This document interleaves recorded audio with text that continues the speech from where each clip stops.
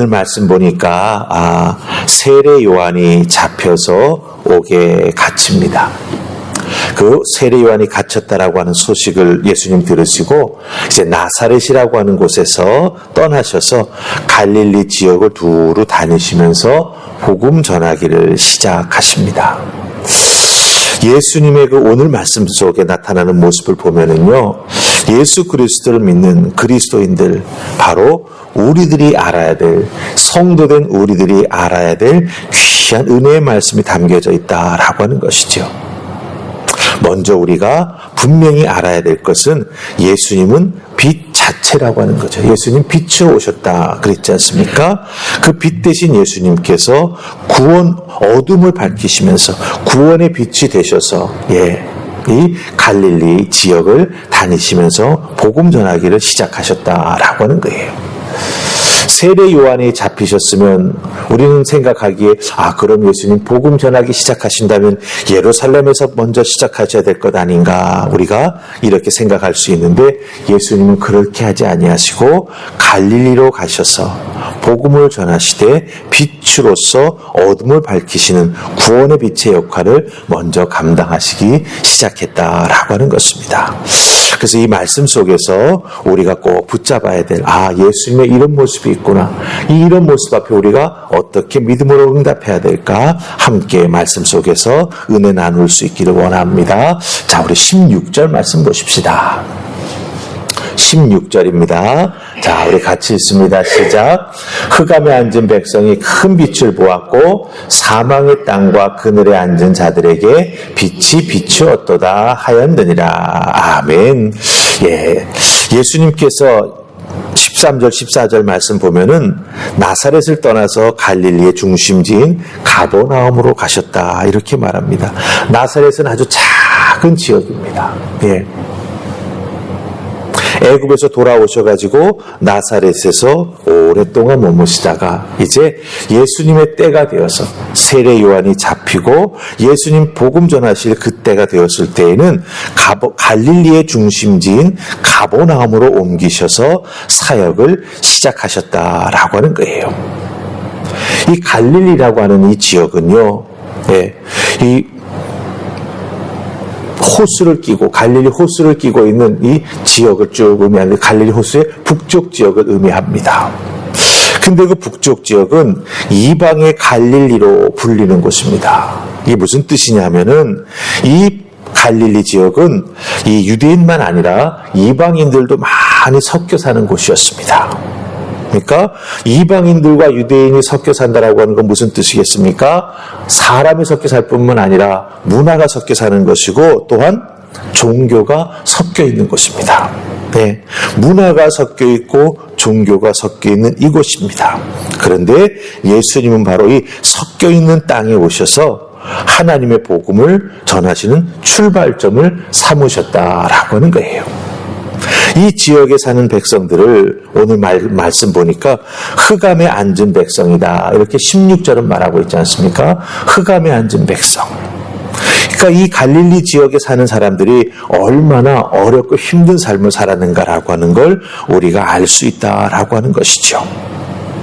하나님의 뜻과 진리를 알지 못한 채 방황하는 사람들이 너무나 많이 있었다라고 하는 거예요. 예수님은 바로 이곳에서 예수님의 첫 사명을 시작하게 되셨다라고 하는 것이죠. 빛으로 오셔서 그 섞여 사는 영혼들, 대접받지 못하는 영혼들, 흑암에 앉은 백성이라고 칭함을 받는 그 영혼들을 위로하시고, 우리 예수님은 그들을 의의 길로 인도하셨다라고 하는 것입니다. 예수님의 말씀을 그때만이 아니라, 예수님의 말씀은 그때만이 아니라 지금도 진리의 빛이시죠. 우리 인생을 밝혀주시는 빛이 바로 예수님이십니다.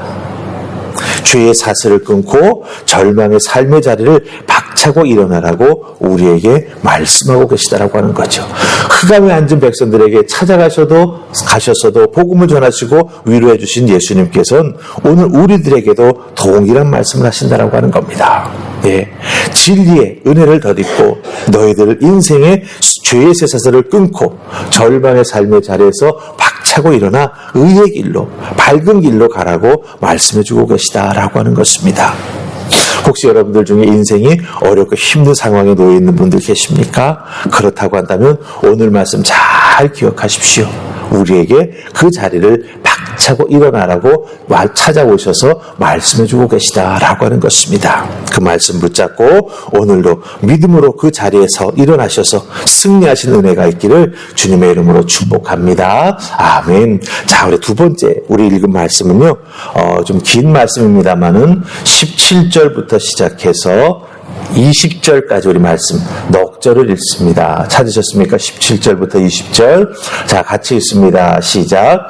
이때부터 예수께서 비로소 전파하여 이르시되 회개하라 천국이 가까웠느니라 하시더라.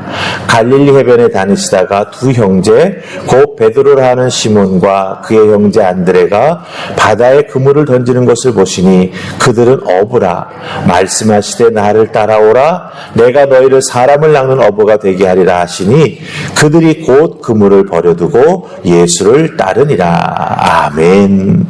자, 우리가 17절부터 20절 말씀을 읽었습니다. 예수님께서 회개하라 천국이 가까웠느니라 외치시면서 복음 전하기를 시작하셨다 말씀하고 있습니다.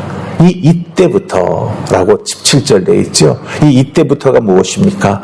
세례 요한이 감옥에 잡히셨다라고 하는 이야기를 들으시고 가버나움에 가셔가지고 복음을 전하기를 바로 이때부터 시작하셨다라고 하는 거예요. 그 가버나움에는 흑암에 앉은 백성들이 참 많이 있었다라고 하는 것이죠. 이 가버나움이라고 하는 것이 갈릴리 해변에서 아주 가까운 곳에 있습니다. 그러니 가버나움에 정착하셨던 예수님은 갈릴리 해변에 나가셔서 그 해변을 거니시다가 바로 그물을 던지고 있는 두 형제 베드로와 안드레를 보게 되셨습니다. 근데 중요한 것은요, 이 회개하라 천국이 가까웠느니라 외치셨던 이 복음 전파의 첫 열매가 바로 이 두 형제였다라고 하는 거예요. 네. 바로 제자 삼은 베드로와 안드레가 예수님의 복음 전파의 첫 번 열매가 되셨다라고 하는 것입니다. 물고기를 낚는 베드로와 안드레를 보시고 예수님은 사람 낚는 어부가 되도록 그들을 부르셨다라고 하는 것이죠. 여러분들 잘 보세요. 18절 말씀 보시면은 갈릴리 해변을 다니시다가, 그렇죠? 다니시다가 그 다음에 18절 말씀 끝부분에 보시면 보시니라고 하는 표현이 있습니다. 다니시다가 두 사람을 보셨습니다. 그리고 그들에게 더 가까이 가셔서. 왜냐하면 그물을 던지고 있었으니까. 근데 그들이 배에서 내렸겠죠. 그랬더니 그들에게 더 가까이 가셔서 그 다음에 19절 뭡니까? 말씀하시되 이렇게 되어 있습니다. 이 세 가지 동사를 잘 보세요. 다니시다가 보시고 말씀하시고. 이 세 가지 동사는요, 예수님이 복음을 전하시면서 한 영혼 한 영혼을 구원하시기 위해서 점점 더 가까이 움직여 가시는 모습을 표현해 주고 있습니다.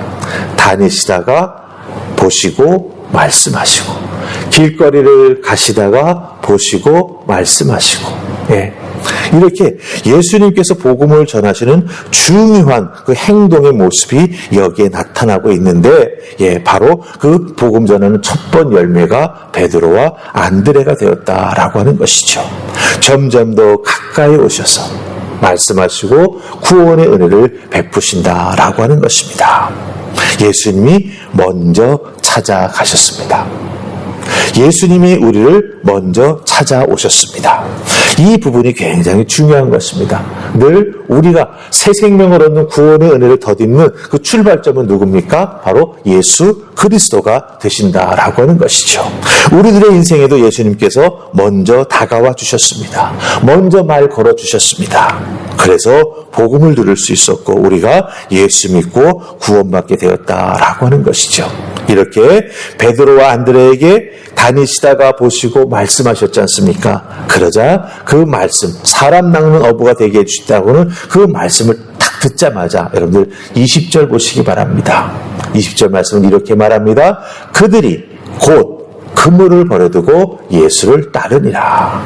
여기서 중요한 단어는 곧이라고 하는 단어입니다. 곧, 즉시.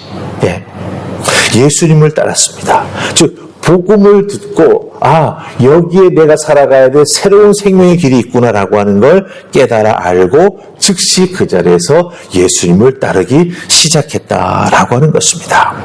여러분들, 이 표현처럼 이 베드로와 안드레가 보여준 모습처럼 우리는요, 부르심 앞에 핑계대지 않고 즉시 순종하는 것, 이게 바로 믿음의 시작이구나. 즉시 순종하는 것이 바로 은혜의 시작이구나 라고 하는 걸 우리가 깨달아 알고, 여러분 한 분 한 분은 언제든지 우리 주님께서 말씀하실 때 즉시 응답하는 믿음의 은혜가 있기를 주님의 이름으로 축복합니다. 그렇게 될 때요, 우리 주님의 손에 붙잡혀 크게 쓰임받는 주님의 일꾼이 되고요, 주님께서 또 사용하실 때마다 은혜 베풀어 주셔서 우리들의 인생에 주의 은혜가 차고 넘치는 축복을 덧입는 인생 믿음의 사람이 되게 된다라고 하는 것이죠. 우리를 향해 먼저 찾아오시는 주님께서 말 걸어 우리에게 사명 주실 때 아멘으로 화답하시면서 예수님을 잘 따라 나서는, 예수님만 붙잡고 살아가시는 여러분들 다 되시기를 주님의 이름으로 축복합니다. 아멘. 우리 기도하십시다. 좋으신 하나님 감사합니다. 이 새벽 저희들을 주의 손으로 부르시고 제자를 부르시는 예수님의 모습 속에서 우리를 부르시는 예수님의 음성을 듣습니다. 바라보시고 다가오셔서 말씀해 주시는 그 놀라운 은혜, 우리들도 덧입어 예수 믿고 구원받았습니다. 이렇게 우리를 부르시는 예수님의 모습을 보면서 우리들도 믿음으로 즉시 응답하며 따라 나서는 믿음의 사람, 주님의 손에 붙잡혀 쓰임받는 일꾼들, 복음 전하는 일꾼들, 삶 속에서 예수 그리스도를 보여주는 그리스도인들이 다 될 수 있도록 축복하여 주시옵소서. 오늘도 나의 주어진 삶의 자리에서 예수만 온전히 드러나 증거되고 나타나는 역사가 함께 해주실 줄 믿사옵고 예수님 이름으로 기도하옵나이다. 아멘.